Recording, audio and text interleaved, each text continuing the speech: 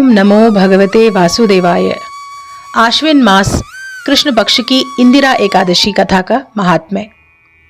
एक बार महाराजा युधिष्ठिर ने भगवान श्री कृष्ण से पूछा, हे मधुसूदन, कृपा करके मुझे यह बताइए कि आश्विन मास के कृष्ण पक्ष में कौन सी एकादशी होती है।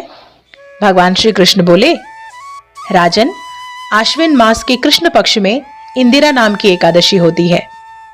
उसके व्रत के प्रभाव से बड़े बड़े पापों का नाश हो जाता है।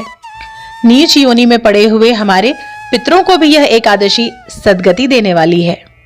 राजन, पूर्व काल की बात है, सतयुग में इंद्रसेन नाम से एक बहुत ही विख्यात राजकुमार थे, जो उस समय माहिष्मतिपुरी के राजा होकर धर्म पूर्वक प्रजा का पालन कर रहे थे।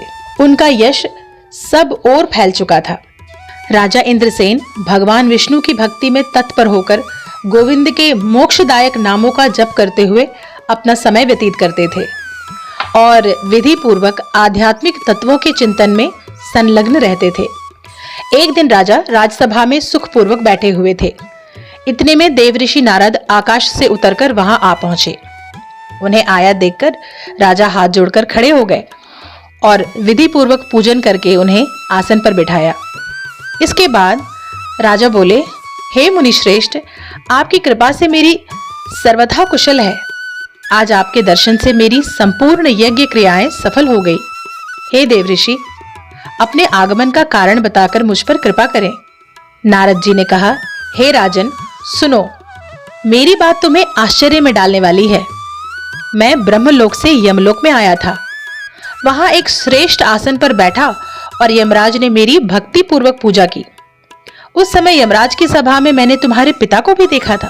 तुम्हारे पिता उनके किसी व्रत के भंग हो जाने के दोष के कारण यमलोक में आ गए थे।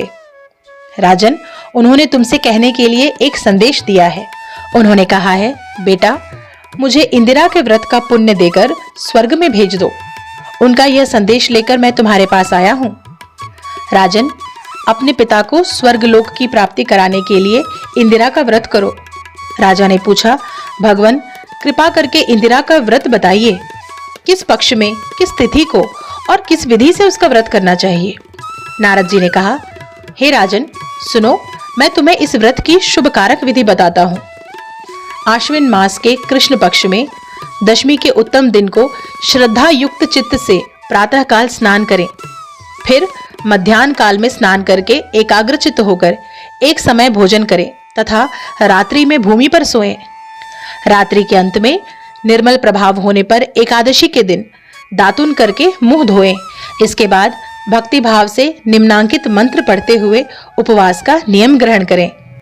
अध्यस्थित्वा निराहारः सर्वभोग विवर्जितः श्वो भोक्षये पुंडरीकाक्ष शरणं मे भवाच्युत। इस श्लोक का अर्थ इस प्रकार है, हे कमलनयन भगवान नारायण, आज मैं सब भोगों से अलग होकर निराहार रहकर कल भोजन करूंगा। हे अच्युत, आप मुझे शरण दें। इस प्रकार नियम करके मध्याह्न काल में पितरों की प्रसन्नता के लिए शालग्राम शिला के सम्मुख विधि पूर्वक श्राद्ध करें तथा दक्षिणा से ब्राह्मणों का सत्कार करके उन्हें भोजन करावें। पितरों को दिए हुए अन्नमय पिंड को सूंघकर गाय को खिला दें। फिर धूप और गंध आदि से भगवान ऋषिकेश का पूजन करके रात्रि में उनके समीप जागरण करें।